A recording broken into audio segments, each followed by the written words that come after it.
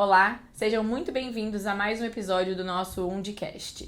A nossa convidada de hoje é enfermeira, estomaterapeuta, com mestrado em regeneração tecidual pela Unifesp, Priscila Salles. Seja bem-vinda, Pri. Obrigada, agradeço o convite, a oportunidade de participar deste momento, desse bate-papo. Obrigada. A ideia hoje é realmente a gente fazer um bate-papo aí, principalmente porque nesse mês de novembro, né, a gente tem o Dia Mundial da Prevenção da Lesão por Pressão. E por mais que o consenso é de 2019, né, que o último consenso que foi publicado é de 2019, já tem aí vários anos do mesmo consenso, a gente acha que já sabe tudo sobre prevenção. Mas no momento em que a gente vai pra prática, a gente presencia vários desafios. E é por isso que a gente resolveu te convidar para esse bate-papo de hoje, Pri. Justamente para você falar um pouquinho sobre o perfil de paciente que você atende, porque os desafios que tu tem na prática são um pouquinho diferentes, né?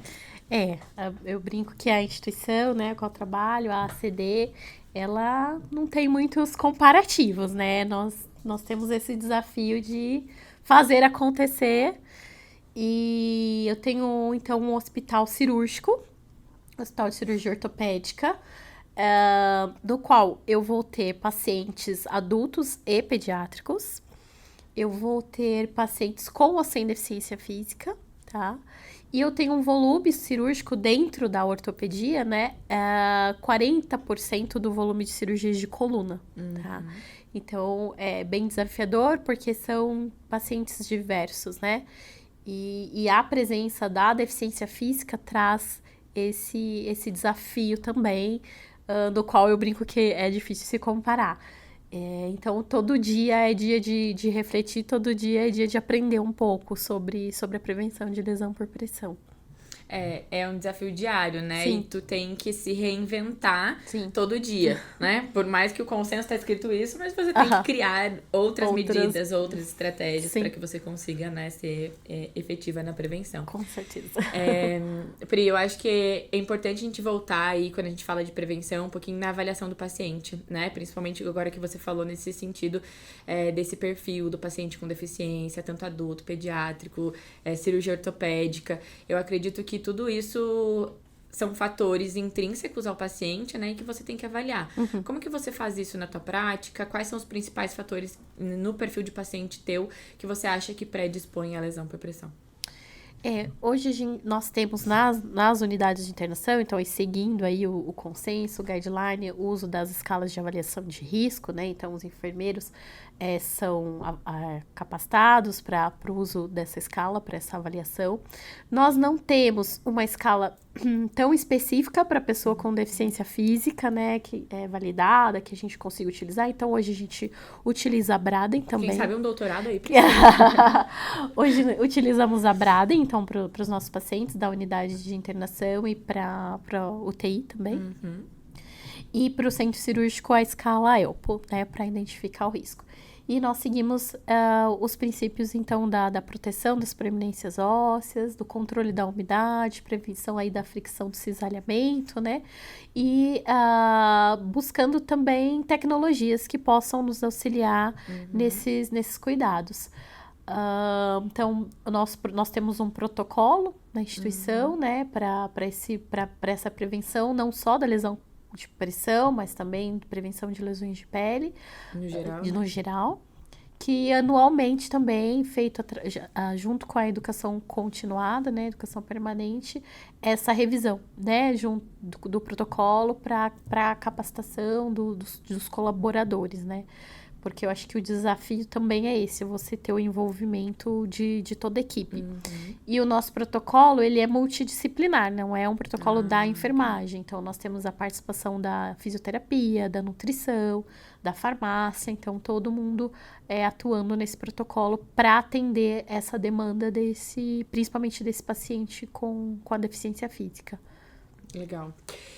Pri, você falou aí um pouquinho, né, em relação à avaliação da escala de Braden, né, e quando a gente pensa na escala, a gente tem um item, né, que é a umidade, né, e eu acho que é um dos teus principais desafios aí também dentro da prática, né, e Até esses dias eu tava me questionando, assim, o que será que tem o paciente neurológico, o paciente com deficiência, que a umidade é tão concentrada? Tu tem alguma posição em relação a isso? O que acontece na questão neurológica mesmo, para que eles tenham essa mais sudorese, a pele um pouco mais pegajosa, né? Sim. Um dos diagnósticos principais que nós temos na CD, o maior volume, né, de quando a gente fala o diagnóstico da deficiência física, é a paralisia cerebral. Então, essa criança, não são todas, mas parte das crianças, da pessoa, né, com paralisia cerebral, as mais graves, ela vai ter com ela também as questões das crises convulsivas, do diagnóstico, né, epilético. E esse paciente, muitos deles, ele tem isso de difícil controle, de difícil manejo. Então, a sudorese intensa está presente nesse paciente com esse manejo da crise convulsiva mais difícil de ser controlado. Então, ele é um paciente mais hipertônico, ele tem mais movimentos involuntários, ele tá sempre ali numa atividade muito constante, né? Dessa parte da hipertonia. Ele permanece num posicionamento difícil também, muitas vezes em hiperextensão, né? Dos membros da cabeça. Então, tudo isso gera a presença da sudorese. E é percebido muito mais, então, nesse paciente que tem o quadro epilético, que tem o quadro dessa crise convulsiva de um manejo mais difícil de ser realizado. Então, a gente percebe esse desafio em relação à umidade, em relação à sudorese, mas, além disso, eles são incontinentes, né? Então, a maioria...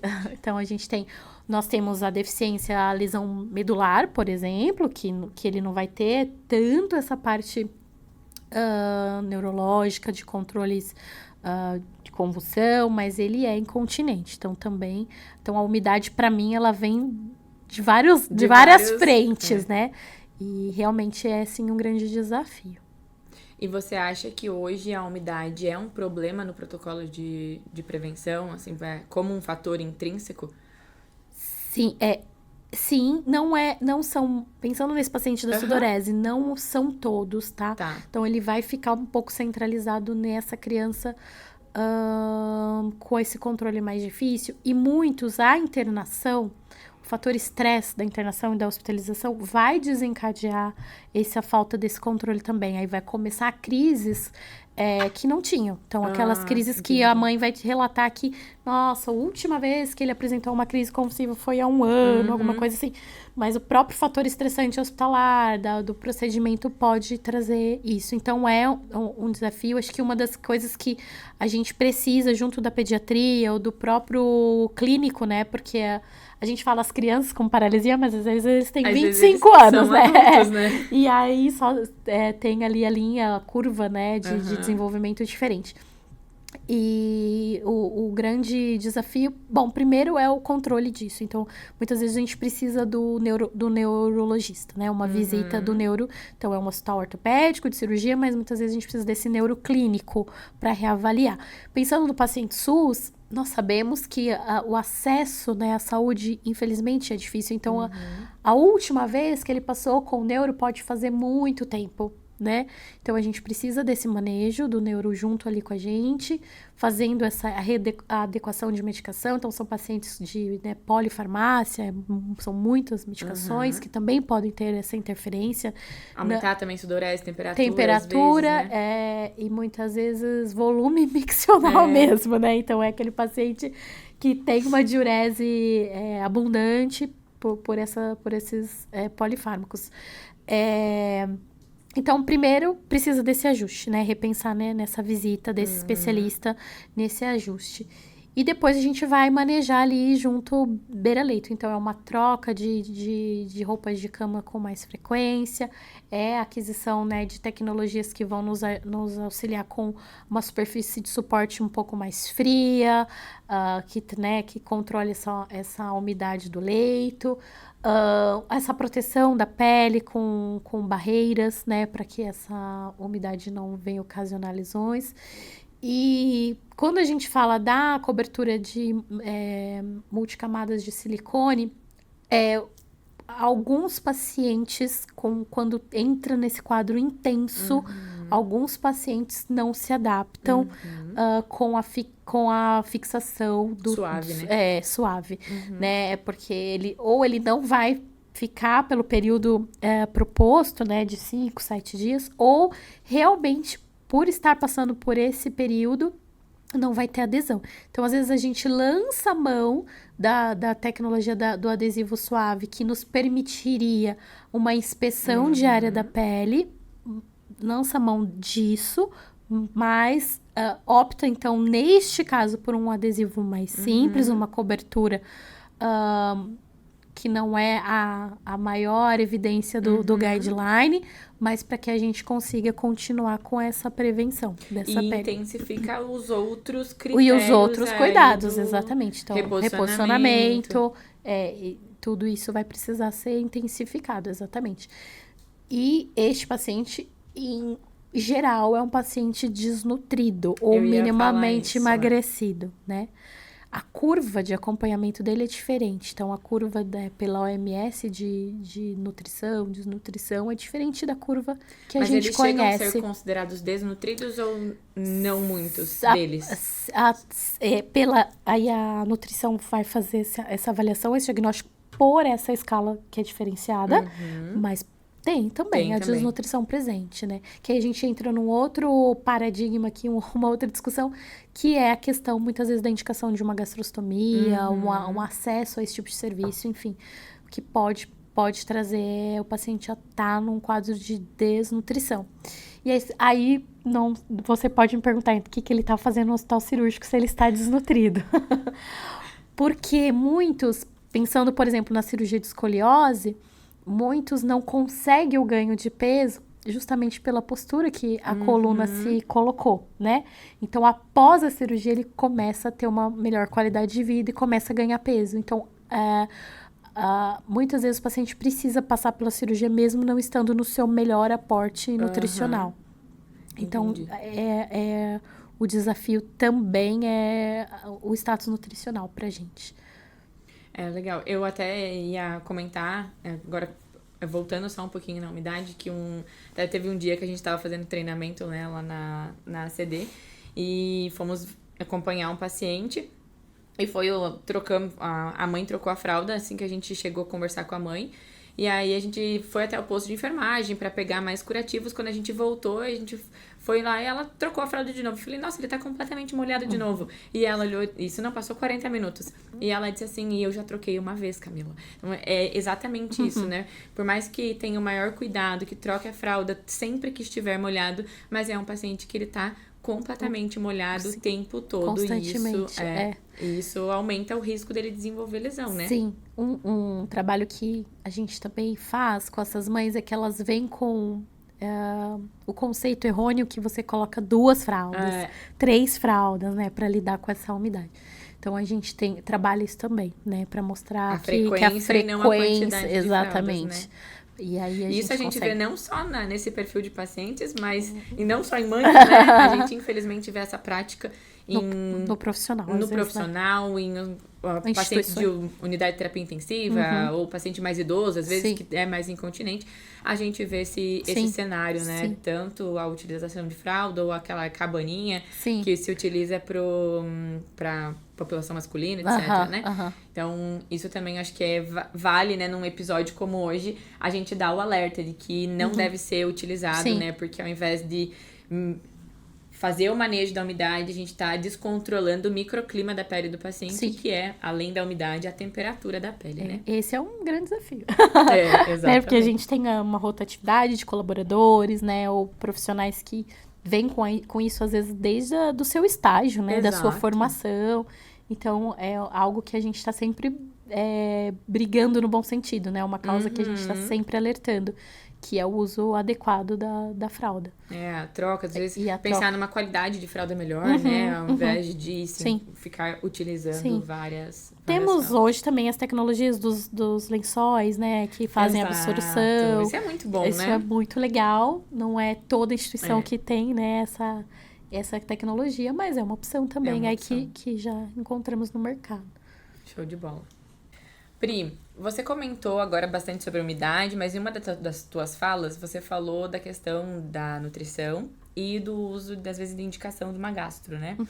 Me veio um pouquinho em relação ao uso de dispositivos médicos, que eu acho que também é algo que você tem bastante na tua prática. Então, eu queria que você falasse um pouquinho sobre o uso do dispositivo, quais tipos de dispositivos você tem e as estratégias de prevenção em relação aos dispositivos médicos que você adota ou que você, por mais que às vezes não tenha no hospital, mas que você sabe que em consenso a gente, né, pensando nas boas práticas baseadas em evidência, o que a gente utiliza mais nesse sentido. Tá certo. O dispositivo, na realidade do hospital ortopédico, que é o meu maior grande vilão, é o gesso. O uso do gesso, né? Então, as correções de membros inferiores. E aí, o cirurgião faz ali a tala gessada ou o gesso mesmo completo. A proposta é que isso fique bastante, né, tempo com o paciente. E quando eu falo de dispositivo, é o primeiro que me vem à mente, que foi quando eu entrei na instituição, aquilo que era uma das nossas maiores dores em relação à lesão por pressão. Então, a gente fez um trabalho muito, muito bacana. A gente construiu, junto com a fisioterapia, uma cartilha, né, de orientação, os principais pontos a serem inspecionados. Então, o enfermeiro, o fisioterapeuta precisa inspecionar a pele desse paciente e esse gesso. Então, se ele tem uma boa... como que eu posso dizer? Se ele tá bem feito, no sentido de não estar nenhuma parte áspera. Então, ele faz essa inspeção, ele vai olhar ali a parte dos dedos, se não tá tendo pressão, não tá apertando. Principalmente na área da coxa posterior, às vezes o gesso ele pode pegar nessa região. E a gente tinha as lesões de calcâneo. Então, a gente adotou essa cartilha desde a confecção, porque muitos residentes passam por nossa instituição. Então, para que ele já faça esse gesso de uma maneira adequada, quanto à inspeção do profissional a hora que ele chega no leito. Então, aí o físio e o enfermeiro vai fazer essa inspeção desses pontos críticos. A gente tem a premissa do calcânio sempre elevado, né, com esse dispositivo. E uma ação bem nova que nós fizemos é a visita do técnico de gesso. Por quê? Mesmo com a cartilha, a gente percebia ainda que tinha lesão. E a gente ficou se perguntando, né, o que acontece? E o que a gente foi observando? Que o gesso que é colocado no centro cirúrgico, muitas vezes depois o paciente pode apresentar um edema. E aí muda o formato, né? Ou ele fica muito largo, ou ele fica muito apertado. Aí faz fricção Faz também. fricção. E nós conseguimos isso. Então, a gente tem os técnicos de gesso que ficam, na verdade, alocados no ambulatório. Mas nós desenvolvemos uma escala de visitas para eles. Então, eles vão até...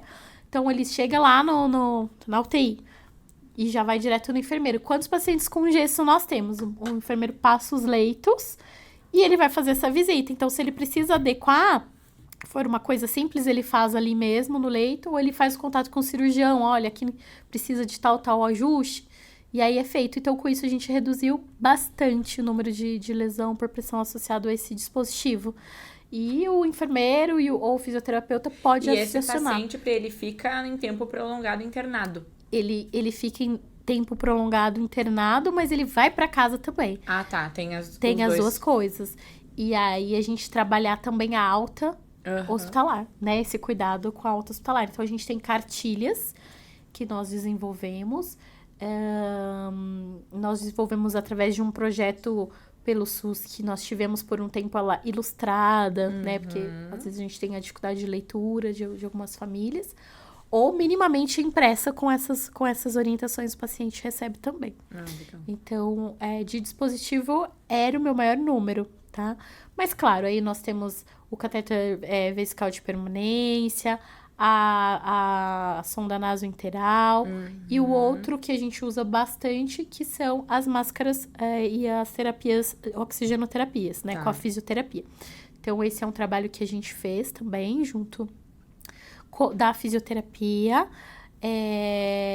para que elas sinalizem esse paciente que vai permanecer por muito tempo, para que a gente use também as espumas de proteção, tomando cuidado para que não perca a função, né? Que eu acho que esse que é o principal objetivo, proteger, mas não perder a função. E muitas máscaras, muitas marcas eles também têm um silicone que vem junto com na abertura da máscara, que você pode proteger também. Para ser menos rígido. Para ser menos rígido. Então, a gente usa tanto esse silicone que vem, né, que é adaptado pela fisioterapia. Quando precisa a instalação da multicamadas, aí é instalado pelo enfermeiro. E essa inspeção da pele frequente, né?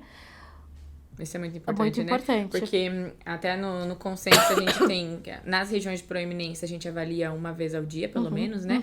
Mas nas regiões de dispositivo médico são no mínimo 2 vezes. Então isso é muito importante que a gente leve isso para nossa prática, né? Inspecionar. E, se possível, reposicionar, né? Até mesmo para, se porventura tiver uma lesão, que a gente faça esse diagnóstico precoce e atue nessa lesão o quanto antes, né? Eu tô me recordando aqui uma discussão que nós tivemos em relação ao uso da máscara. Então, nós temos as nossas reuniões do time de pele mensal, uma reunião também multiprofissional, e nós entendemos, nessa discussão dessa lesão pela máscara de oxigênio, né, que o tempo de uso foi inadequado. Então, a gente se perguntou, houve a inspeção da pele, houve a proteção, e para tudo nós respondemos sim. Então, onde foi a falha? Então, a gente entendeu que foi no protocolo, na escolha dessa terapia. O tempo foi muito prolongado.